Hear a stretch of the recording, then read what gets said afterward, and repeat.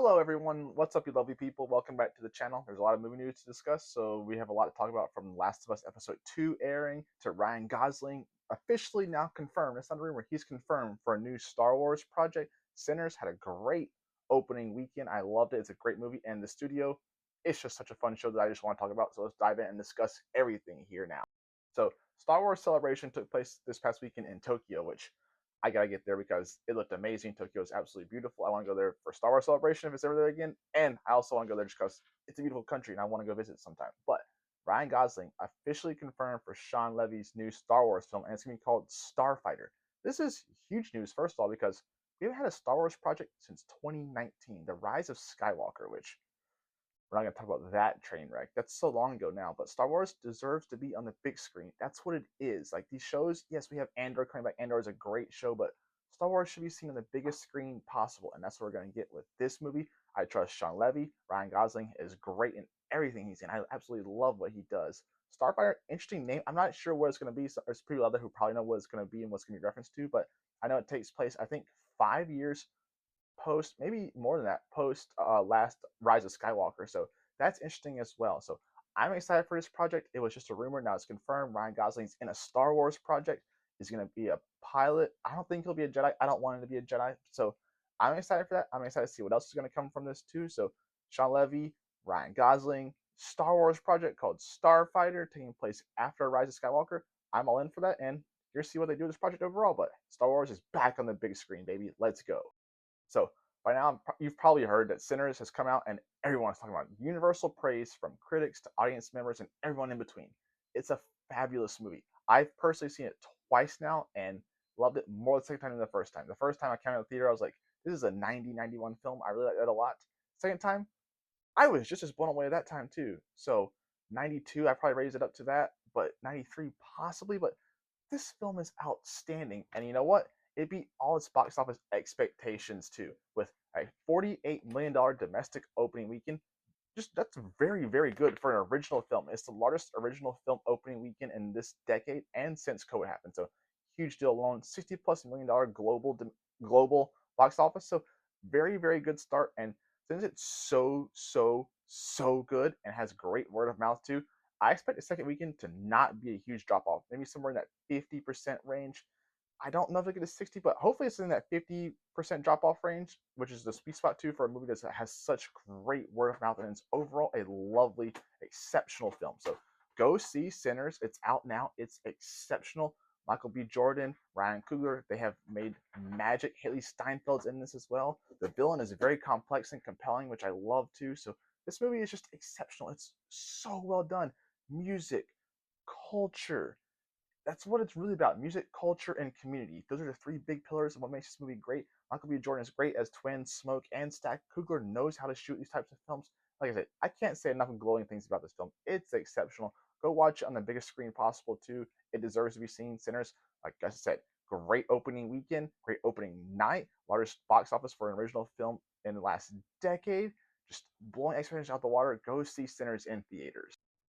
And lastly, a personal favorite, The Studio on Apple TV Plus. I hope you have it. If you don't, look at Apple TV. It's like $5 a month, and it has some great quality shows. I mean, you have Shrinking and Severance already on there too. But The Studio, it's such a blast. It's exceptional, and it's really a peek behind the Hollywood curtain to a comedic extent. You kind of see like this is kind of how things are going. It's satirical, obviously. So Seth Rogen, he plays the head of a studio, and just things are just not going his way. And you see kind of what those studio heads have to deal with. They're like, I want to go with the original, my own original concept route. And then the overall head, like the overall CEO of the company says, we need more money. We're greenlighting a Kool-Aid movie. And it's like, all right, this is just IP. So he has to do that because he has to please that and make money too. But he wants to make original stuff. So it's a blast. It's so funny. Ike Barinholtz too is a low-key MVP of the whole show. I love him. I have a blast. I laugh at him in everything that he's in. He's hilarious. And him and Seth Rogen, comedic gold. But this movie is so cool for all you movie nerds and just movie fans in general out there too. You'll love this show because, like I said, it's a peek behind the curtain to an extent in the like comedic format to what goes on and how things happen from the head of the studio being on set, having just little notes, and it's such a great show. So go watch that. It's outstanding. The studio on Apple TV Plus. All right. This is a big one because I finally got a chance to watch Last of Us episode 2 of season 2. So spoilers ahead. Spoilers, spoilers, spoilers for The Last of Us Season 2. You've been warned now. Go away from this video, give me a follow on Insta, on TikTok, YouTube, everything, all the platforms, and then come back and watch this video now. So I watched that episode, and oh my gosh.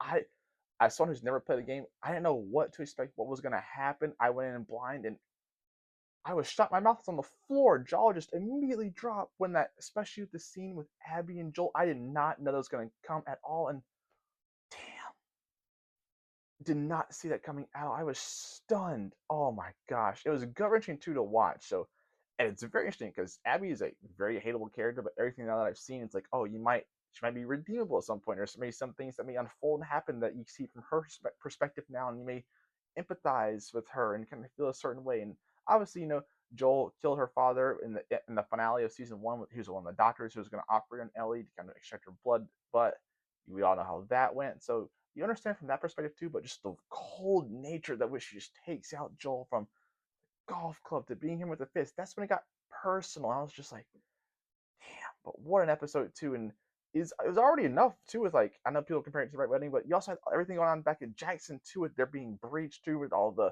infected coming there, seeing the cordyceps growing in the pipe. So that outstanding episode of television. I absolutely love this episode. Probably my favorite episode of the show so far that I've watched.